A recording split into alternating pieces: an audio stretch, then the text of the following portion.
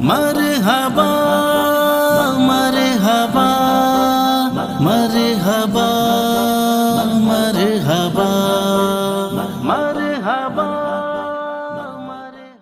بسم اللہ الرحمن الرحیم الحمدللہ وحدہ والصلاة والسلام علی من لا نبی بعدہ اما بعد فاعوذ باللہ من الشیطان الرجیم. بسم اللہ الرحمن الرحیم.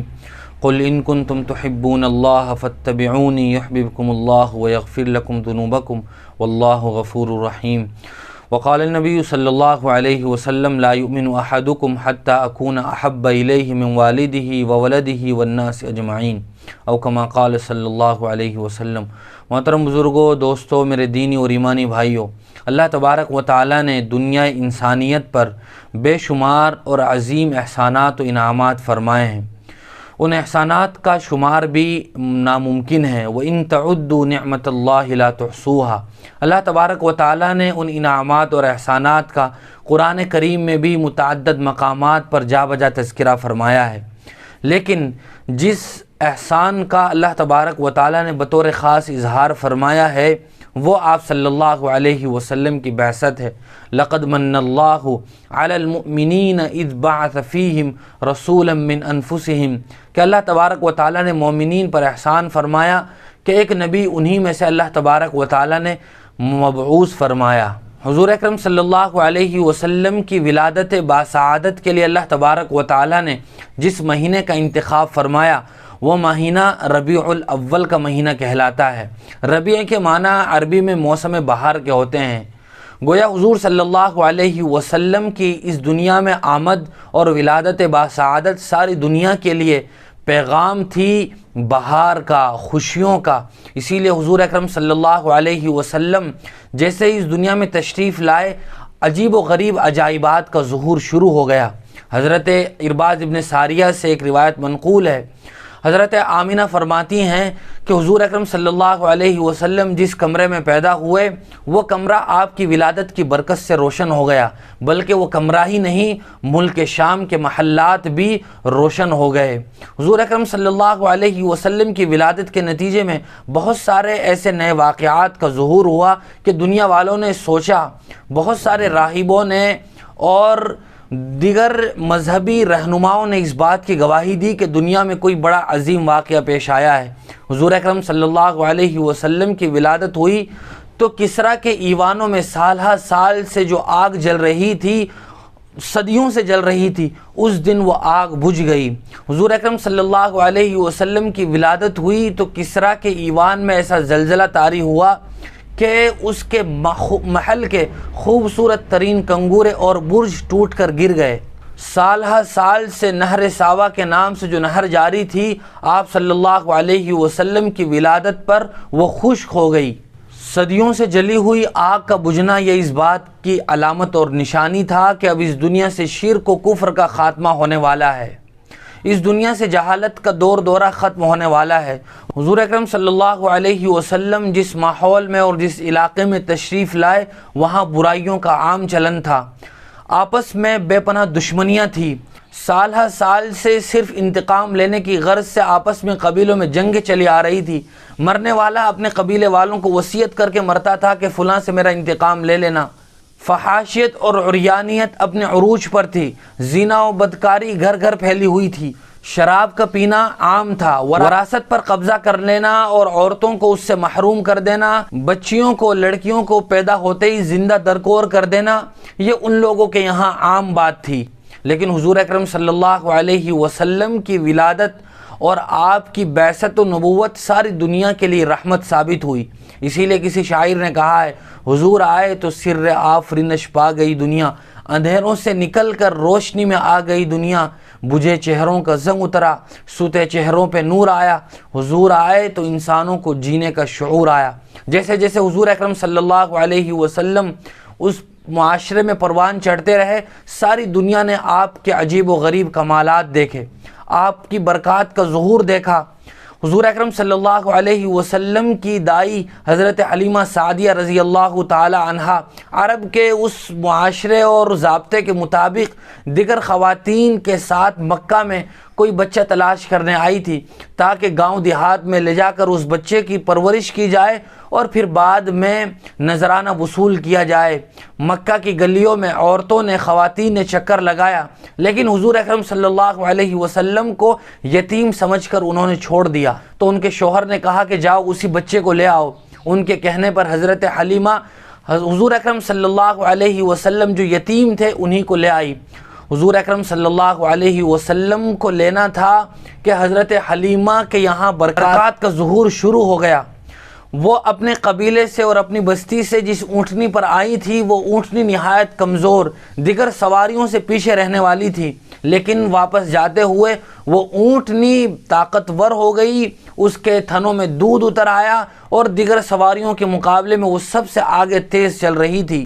بستی میں جانے کے بعد بھی بہت ساری ایسی برکات ہیں، بستی والوں نے بھی اپنی آنکھوں سے اس کا مشاہدہ کیا۔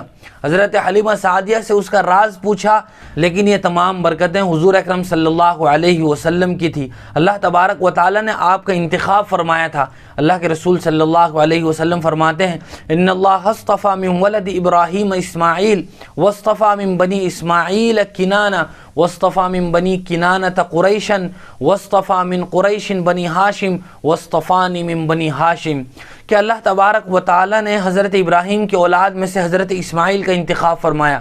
حضرت اسماعیل علیہ السلام کی اولاد میں سے بنی کنانہ کا انتخاب ہوا، اور بنی کنانہ میں سے قریش کا انتخاب ہوا، اور قریش میں سے اللہ تبارک و تعالی نے بنی ہاشم کو پسند فرمایا، اور بنی ہاشم میں سے مجھ کو پسند فرمایا۔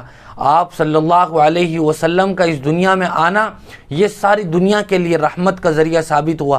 وما ارسلناک الا رحمۃ للعالمین، نبی بننے سے پہلے بھی اللہ کے رسول صلی اللہ علیہ وسلم نے ایسے کارناموں کو انجام دیا کہ عرب اور مکہ کے لوگ آپ کی ان خوبیوں کا اعتراف کرنے پر مجبور ہوئے۔ آپ کو اس ماحول میں بھی لوگوں نے آپ کی دیانت داری کو، امانت داری کو، صداقت و سچائی کو دیکھ کر امین و صادق کا لقب دیا۔ آپ نے زمانہ نبوت سے پہلے ہی حلف الفضول کا عجیب و غریب کارنامہ پیش فرمایا، اور 40 سال کی عمر میں جب انسان کی عقل کامل ہو جاتی ہے، اللہ تبارک و تعالی نے حضور پرنور صلی اللہ علیہ وسلم کی نبوت کا اعلان فرما دیا۔ حضور اکرم صلی اللہ علیہ وسلم نے اپنی نبوت و رسالت سے متعلق تمام ذمہ داریوں کو ساری زندگی بحسن و خوبی انجام دیا۔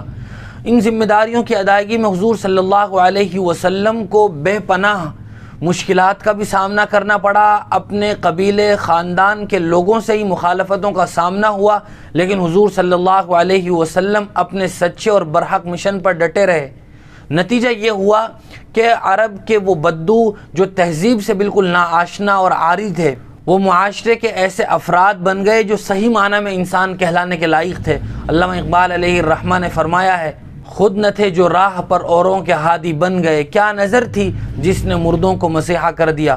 حضور اکرم صلی اللہ علیہ وسلم نے اپنی نبوت کے 23 سالہ مختصر عرصے میں وہ عظیم انتھک محنت فرمائی ہے کہ صحابہ اکرام کی شکل میں ایسا عظیم قافلہ تیار ہوا جو آنے والی نسل انسانی کے لیے بھی رہنما اور رہبر ثابت ہوا۔ اللہ تبارک و تعالی نے حضور اکرم صلی اللہ علیہ وسلم کو جو مقام اور شرف عطا فرمایا تھا وہ انسانوں میں سے نبیوں کے بھی کسی حصے میں نہیں آیا۔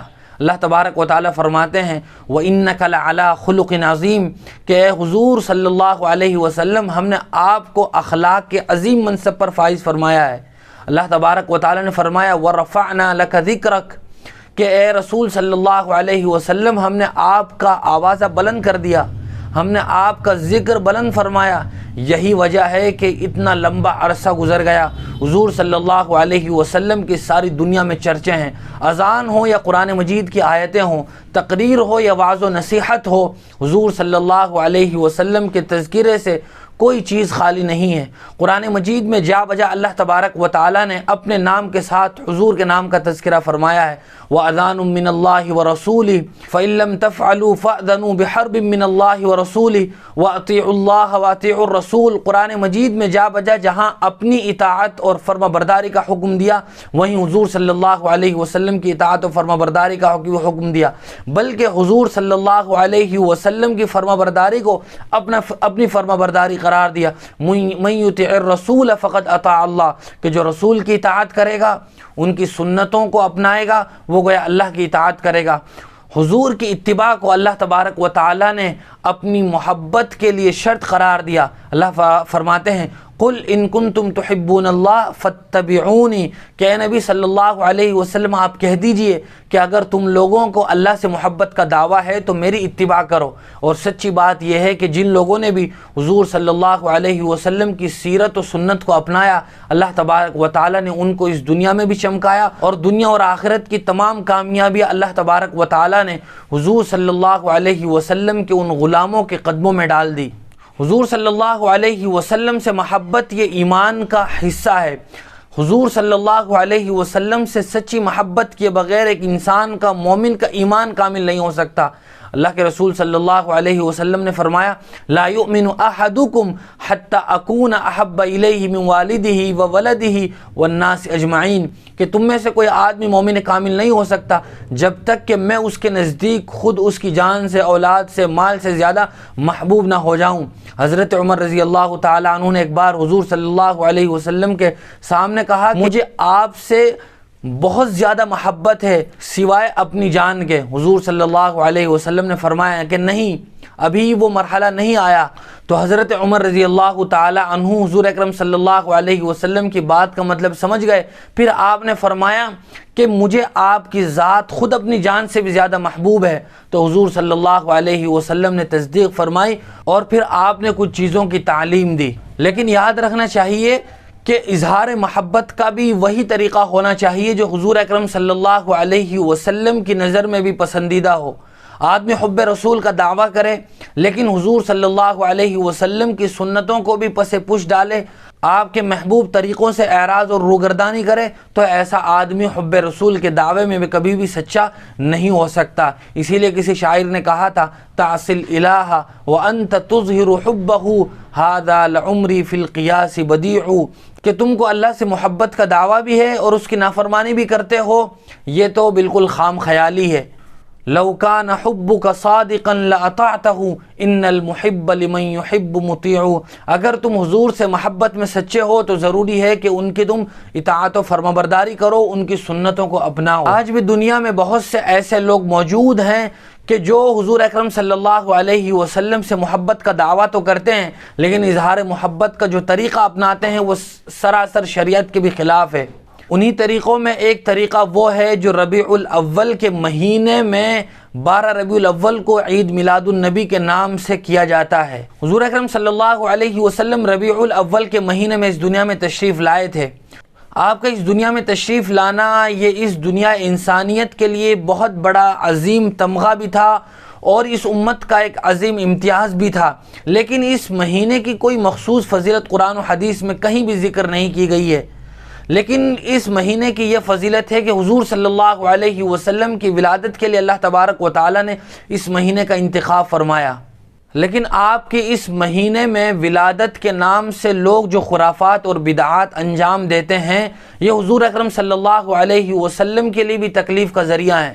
12 ربیع الاول کو عید میلاد النبی کے نام سے منایا جاتا ہے۔ شریعت میں صرف 2 ہی عید ہیں۔ حضور صلی اللہ علیہ وسلم نے صاف لفظوں میں ارشاد فرمایا تھا عید الاضحیٰ ہے اور عید الفطر ہے، اس کے علاوہ شریعت میں کوئی تیسری عید نہیں ہے کہ جس کو منایا جائے۔ لیکن بہت سے لوگ 12 ربیع الاول کو حضور صلی اللہ علیہ وسلم کی ولادت کے عنوان پر اس دن کو مناتے ہیں اور اس دن میں ان بدعات کو انجام دیتے ہیں جو بدعاتیں انسان کے لیے سراسر گمراہی ہیں۔ اللہ کے رسول صلی اللہ علیہ وسلم نے ارشاد فرمایا تھا من احدث فی امرنا ھذا ما لیس من فہو رد، کہ جو آدمی دین میں ایسی چیز پیدا کرے جو دین کا حصہ نہ ہو تو اس چیز کو رد کر دیا جائے گا۔ اور اللہ کے رسول صلی اللہ علیہ وسلم نے ارشاد فرمایا تھا کل محدثۃ بدعہ وکل بدعۃ ضلالہ وکل ضلالۃ فی النار، کہ ایسی چیزیں یہ بدعت ہے اور بدعت گمراہی ہے اور گمراہی انسان کو جہنم کی طرف لے جاتی ہے۔ بہت سارے لوگ اس دن یعنی 12 ربیع الاول کو نعوذ باللہ حضور کے نام سے کیک کاٹتے ہیں، حضور کا نام اس کیک پر لکھتے ہیں اور پھر اس پر چھری چلاتے ہیں۔ یہ کتنی بڑی جہالت اور حماقت کی بات ہے۔ اور ہیپی برتھ ڈے یا رسول اللہ کہہ کر تالیاں بجاتے ہیں، غبارے پھوڑتے ہیں اور موم بتیاں جلاتے ہیں۔ نعوذ باللہ، یہ وہ تمام تر بری خرافات ہیں کہ جن کا شریعت اور سنت سے کوئی تعلق نہیں ہے، اور یہ جرم اس وقت بڑھ جاتا ہے جب ان تمام تر کاموں کو حضور سے محبت کے نام پر انجام دیا جاتا ہے۔ زور زور سے ڈی جے بجا کر محلے پڑوس والوں کو تکلیف اور پریشانی میں مبتلا کیا جاتا ہے۔ حضور سے محبت کے نام پر گھنٹوں سڑکوں کو جام کرنا اور جلوس نکالنا اور اس میں نمازوں کو ترک کرنا، یہ سب کی سب باتیں خلاف شریعت اور سنت ہے۔ حضور صلی اللہ علیہ وسلم کی ولادت یہ رحمت ضرور ہے، لیکن ہم نے اس کے اظہار کے لیے جو طریقے اپنائے ہیں وہ طریقے بالکل اور سراسر خلاف شریعت ہیں اور سنت کا مذاق اڑانے والے ہیں۔ اور نعوذ باللہ اگر یہ سلسلہ اسی طرح چلتا رہا تو یہ گویا اس طرح ہو جائے گا جس طرح حضور اکرم صلی اللہ علیہ وسلم کا جنم دن منایا جا رہا ہو۔ جس طرح عام لوگوں کے جنم دن منائے جاتے ہیں، نعوذ باللہ گویا حضور کا جنم دن منایا جا رہا ہے۔ جس آدمی نے جنم دن منائے جانے کو ممنوع قرار دیا ہو، اسے آدمی کے ساتھ اس طرح کرنا یہ اس کے اقوال کی اور اس کے ملفوظات کی بھی توہین ہے۔ حضور صلی اللہ علیہ وسلم کی ولادت کا دن آیا، لیکن صحابہ اکرام نے اس میں کوئی خاص عمل نہیں کیا، کوئی مخصوص نماز نہیں پڑھی، آپ کی ولادت کا دن ہونے کی وجہ سے کوئی روزہ نہیں رکھا۔ اگر حضور اکرم صلی اللہ علیہ وسلم کی ولادت والے دن کی کوئی مخصوص فضیلت ہوتی تو صحابہ اکرام سب سے پہلے اس کام کو انجام دیتے، جو آپ پر اپنی جان کو نشاور کرنے والے اور اپنے مال کو قربان کرنے والے اور دنیا میں سب سے زیادہ حضور سے محبت کرنے والے تھے، لیکن اس طرح کی کوئی بات ان سے ثابت نہیں ہے۔ لہذا ہم اظہار محبت کا وہی طریقہ اپنائیں جو سنت اور شریعت کے مطابق بالکل درست ہو۔ حضور اکرم صلی اللہ علیہ وسلم کے بارے میں بہت سارے شعراء نے اپنی شاعری کے ذریعے سے محبت کا اظہار فرمایا ہے، اور حضور اکرم صلی اللہ علیہ وسلم کی زندگی کو مختصر لفظوں میں سمجھانے کی کوشش کی ہے۔ وہ نبیوں میں رحمت لقب پانے والا، مراد غریبوں کی برلانے والا، مصیبت میں غیروں کے کام آنے والا، وہ اپنے پرائے کا غم کھانے والا، فقیروں کا ملجا، ضعیفوں کا ماوا، یتیموں کا والی، غلاموں کا مولا، خطا کار سے درگزر کرنے والا، بداندیش کے دل میں گھر کرنے والا، مفاسد کا زیر و زبر کرنے والا، قبائل کا شیر و شکر کرنے والا، اتر کر حرا سے سوئے قوم آیا اور ایک نسخہ کیمیا ساتھ لایا، میسے خام کو جس نے کندن بنایا، کھرا اور کھوٹا الگ کر دکھایا، عرب جس پہ قرنوں سے تھا جہل چھایا، پلٹ دی بس ایک آن میں اس کی کایا، رہا ڈر نہ بیڑے کو موجے بلا کا، ادھر سے ادھر پھر گیا رخ ہوا کا۔ حضرت مولانا قاسم نانوتوی فرمایا کرتے تھے، سب سے پہلے مشیت کے انوار سے نقش روئے محمد بنایا گیا، پھر اسی نقش سے مانگ کر روشنی بزم کون و مکان کو سجایا گیا۔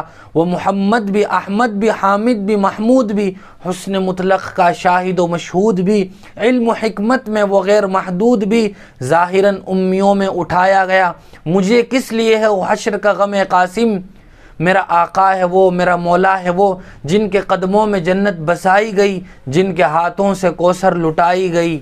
ایک شاعر نے کہا ہے، کتاب فطرت کے سر ورق پر جو نام احمد رقم نہ ہوتا تو نقش ہستی ابھر نہ سکتا، وجود لوح و قلم نہ ہوتا، یہ محفل کن فکا نہ ہوتی، جو وہ امام امم نہ ہوتا، زمین نہ ہوتی، فلک نہ ہوتا، عرب نہ ہوتا، عجم نہ ہوتا۔ علامہ اقبال علیہ الرحمہ فرماتے ہیں، کی محمد سے وفا تو نے تو ہم تیرے ہیں، یہ جہاں چیز ہے کیا لوح و قلم تیرے ہیں، وہ دانائے سبل ختم الرسل مولائے کل، جس نے غبار راہ کو بخشا فروغ وادی سینہ، نگاہ عشق و مستی میں وہی اول وہی آخر، وہی قرآن وہی فرقان وہی یاسی وہی طٰہٰ، قوت عشق سے ہر پست کو بالا کر دے، دہر میں اس میں محمد سے اجالا کر دے۔ اللہ تبارک و تعالیٰ نے حضور اکرم صلی اللہ علیہ وسلم کے اندر جو تمام تر نبیوں کے اوصاف اور خوبیاں جمع فرمائی تھی، اس کے بارے میں کسی شاعر نے کہا ہے، حسن یوسف دم عیسیٰ ید بیضا داری، آنچ خوبا ہما دارند تو تنہا داری۔ یعنی دیگر انبیاء کے اندر جو خوبیاں تھیں وہ تنہا حضور اکرم صلی اللہ علیہ وسلم کے اندر جمع ہیں۔ ایک عربی شاعر نے کہا، یا صاحب الجمال و یا سید البشر من وجهك المنیر لقد نور القمر لا يمكن الثناء كما كان حقه بعد از خدا بزرگ تو یہ قصہ مختصر. یعنی حضور کی شان میں جتنی بھی کتابیں لکھ دی جائیں، آپ پر جتنے بھی اشعار کہہ دیے جائیں، اخیر میں آ کے یہی کہنا پڑتا ہے کہ بس اللہ تبارک و تعالیٰ کے بعد سب سے بڑا مرتبہ وہ حضور صلی اللہ علیہ وسلم کا ہے. حضرت حسان بن ثابت رضی اللہ تعالی عنہ کے مشہور اشعار ہیں، وَأَحْسَنَ مِنْكَ لَمْ تَرَ قَطُّ عَيْنِي وَأَجْمَلَ مِنْكَ لَمْ تَلِدِ النِّسَاء، کہ میری آنکھوں نے آج تک آپ سے زیادہ حسین نہیں دیکھا، کسی ماں نے آج تک ایسا خوبصورت بچہ نہیں جنا. خلقت مبرأ من کل عیب کأنک قد خلقت کما تشاء، آپ ہر عیب سے پاک پیدا کیے گئے، آپ گویا ایسے پیدا کیے گئے جیسا آپ نے چاہا. ما ان مدحت محمدا بمقالتی ولکن مدحت مقالتی بمحمد، میں نے یہ اشعار کہہ کر حضور کی شان میں کوئی اضافہ نہیں کیا ہے، بلکہ میں نے حضور کی شان میں یہ اشعار کہہ کر خود اپنے اشعار کی جان بڑھائی ہے. لہٰذا حضور صلی اللہ علیہ وسلم کا تذکرہ کیا جائے، آپ کی زندگی سے متعلق قصے بیان کیے جائیں، آپ کے کارناموں کو اور آپ کی انقلابی سرگرمیوں کو ضرور اجاگر کیا جائے، لیکن اس کے لیے صرف ایک دن کو مخصوص کر لینا اور پھر سارا سال آپ سے غافل رہنا، صرف ایک دن آپ کے نام پر ہنگامہ کھڑا کرنا اور بکھیڑا کرنا اور ساری زندگی اور سارا سال پھر آپ کی سنتوں سے روگردانی برتنا، یہ کسی بھی صورت میں عشق رسول کا دعویٰ نہیں ہو سکتا، اور آدمی اپنے دعوے میں کبھی بھی سچا نہیں ہو سکتا. ہم حضور صلی اللہ علیہ وسلم کا تذکرہ ہر سال کے ہر مہینے اور ہر دن میں کریں، چونکہ یہ ہمارے لیے بہت بڑا سرمایہ ہے، اور ہم اس وقت اپنے دعوے عشق رسول میں سچے ہو سکتے ہیں جب ہم حضور صلی اللہ علیہ وسلم کی اتباع کرنے والے ہوں. اللہ تبارک و تعالیٰ نے بھی اسی کا حکم دیا ہے، اور یہی حضور کا مطالبہ ہے، اور یہی ہم سے شریعت کا تقاضا بھی ہے. اللہ تبارک و تعالیٰ ہم سب کو عمل کی توفیق نصیب فرمائیں. وآخر دعوانا ان الحمد للہ رب العالمین.